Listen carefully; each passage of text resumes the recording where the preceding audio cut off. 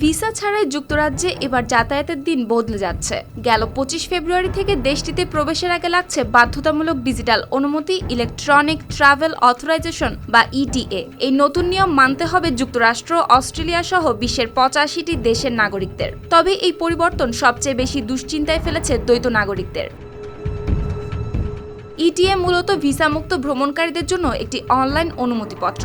অনুমোদন মিললে একজন দর্শনার্থী সর্বোচ্চ 6 মাস যুক্তরাজ্যে থাকতে পারবেন। এর মেয়াদ থাকবে 2 বছর বা পাসপোর্টের মেয়াদ পর্যন্ত, এবং এই সময়ের মধ্যে যাতায়াত করা যাবে একাধিকবার। আর এটি প্রযোজ্য হবে পর্যটন, ব্যবসা ও স্বল্পমেয়াদী পড়াশোনার ক্ষেত্রে। তবে কাজ বা দীর্ঘমেয়াদী পড়াশোনার জন্য আগের মতোই ভিসা লাগবে। খরচ বাঁচে 65% পর্যন্ত। ওয়ালটন বিএলডিসি ফ্যান ছড়ায় স্বস্তির সবুজ হাওয়া। আবেদনের জন্য ফি দিতে হবে 16 পাউন্ড, অর্থাৎ প্রায় 2640 টাকা, যা ভবিষ্যতে 20 পাউন্ড বা 3300 টাকা হতে পারে। নির্দিষ্ট অ্যাপের মাধ্যমে পাসপোর্ট তথ্য, ছবি ও কিছু প্রশ্নের উত্তর দিয়ে আবেদন করা যাবে।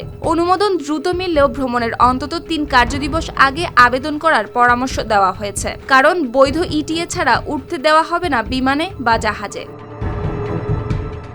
তবে এই নিয়মে সবচেয়ে বেশি বিপাকে পড়েছেন দ্বৈত নাগরিকরা। যারা যুক্তরাজ্যের পাশাপাশি অন্য দেশের নাগরিক, তারা ইটিএ এর জন্য আবেদন করতে পারবেন না। তাদের ব্রিটিশ পাসপোর্ট অথবা অন্য পাসপোর্টের সঙ্গে সার্টিফিকেট অব এনটাইটেলমেন্ট থাকতে হবে, না হলে মিলবে না দেশে ফেরার অনুমতি। অনেকেই আগে শুধু বিদেশি পাসপোর্ট ব্যবহার করে যাতায়াত করতেন। এখন তাদের নতুন করে ব্রিটিশ পাসপোর্ট নিতে অন্তত 100 পাউন্ড বা 16,500 টাকা এবং সার্টিফিকেটের জন্য 600 পাউন্ড বা 98,000 টাকা খরচ করতে হচ্ছে।